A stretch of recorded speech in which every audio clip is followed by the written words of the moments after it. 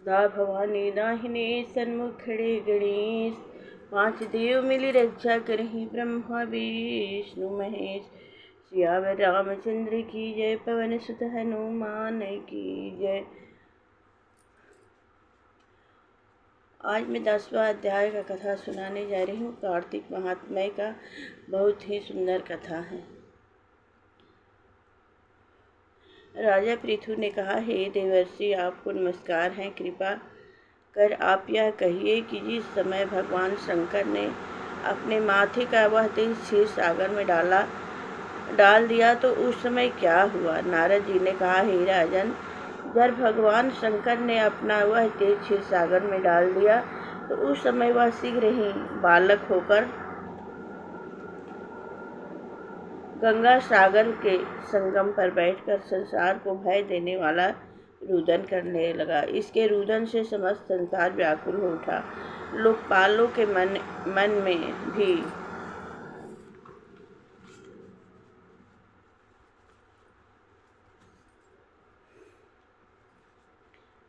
व्याकुलता हुई। चराचर चलायमान हो गया। शंकर सुवन के रुदन से ब्रह्मांड व्याकुल हो गए। समस्त देवता और ऋषि मुनि व्याकुल होकर लोक पितामह श्री ब्रह्मा जी की शरण में गए।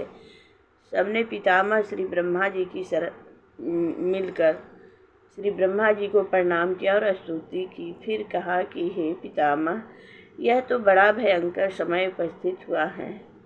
हे महायोगिन, इसका नाश कीजिए। तब देवताओं की बात सुनकर श्री ब्रह्मा जी सत्यलोक से उतरकर उस बालक को देखने के लिए समुद्र तट पर आए।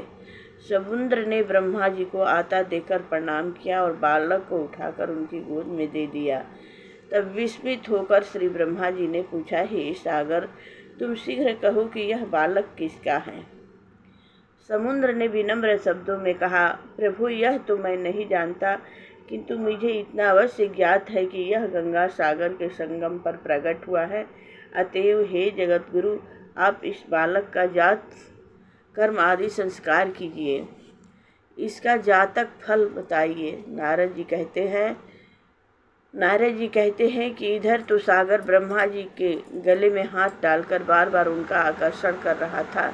फिर तो उसने ब्रह्मा जी का गला इस जोर से पकड़ा कि उससे पीड़ित हो ब्रह्मा जी के नेत्रों से आंसू टपकने लगे। किसी प्रकार से ब्रह्मा जी ने अपने दोनों हाथों का जोर लगाकर अपना गला छुड़ाया और सागर से कहा, हे सागर, सुनो, मैं तुम्हारे पुत्र का जातक फल कहता हूँ। मेरे नेत्रों से जो यह जल निकला है, इस कारण इसका नाम जलंधर होगा।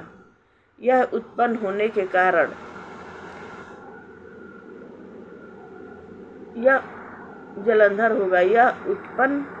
के साथ ही तरुण हो गया है। इससे यह सब शास्त्रों का पारगामी, महाप्रकर्मी, महावीर, जवान, महायोद्धा और बहुत ही बलवान होगा। यह बालक सब दैत्यों का अधिपति और भगवान विष्णु को जीतने वाला होगा तथा यह कहीं भी न हारेगा। एक भगवान शंकर को छोड़कर यह सबसे अवध्य होगा। जहाँ से उत्पन्न हुआ है फिर वहीं चला जाएगा। इसकी स्त्री बड़ी पतिव्रता, सौभाग्यशालिनी, स्वांग सुंदरी और परम मनोहर, मिष्टभाषिणी तथा सिलवान होगी।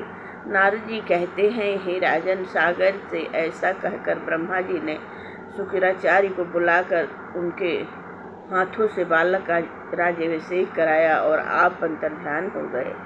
फिर तो बालक को देखकर सागर बड़ा ही प्रसन्न हुआ और घर आ गया। कितने ही उपाय से उसका पालन कर उसको पुष्ट किया। फिर काल नेमि नामक असुर को बुलाकर उसका वृंदा नाम की कन्या से सविधि विवाह करवा दिया। उस विवाह से बड़ा उत्सव हुआ। श्री शुक्राचार्य जी के प्रभाव से स्त्री सहित जलंधर दैत्यों पर राज करने लगा।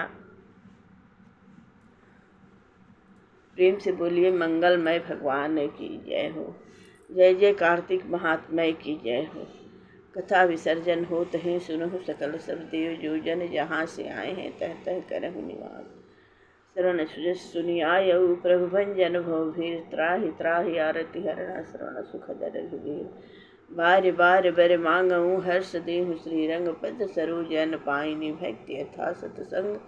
यह बर मांगहु कृपा निकेता बसहु राम सिय लखन समेता। जय जय सीता राम बिहरी जय जय राधे श्याम बिहरी। मंगल भवन मंगलहारी द्रौणित दशरथ जिर बिहारी। 11वां अध्याय का कथा समाप्त।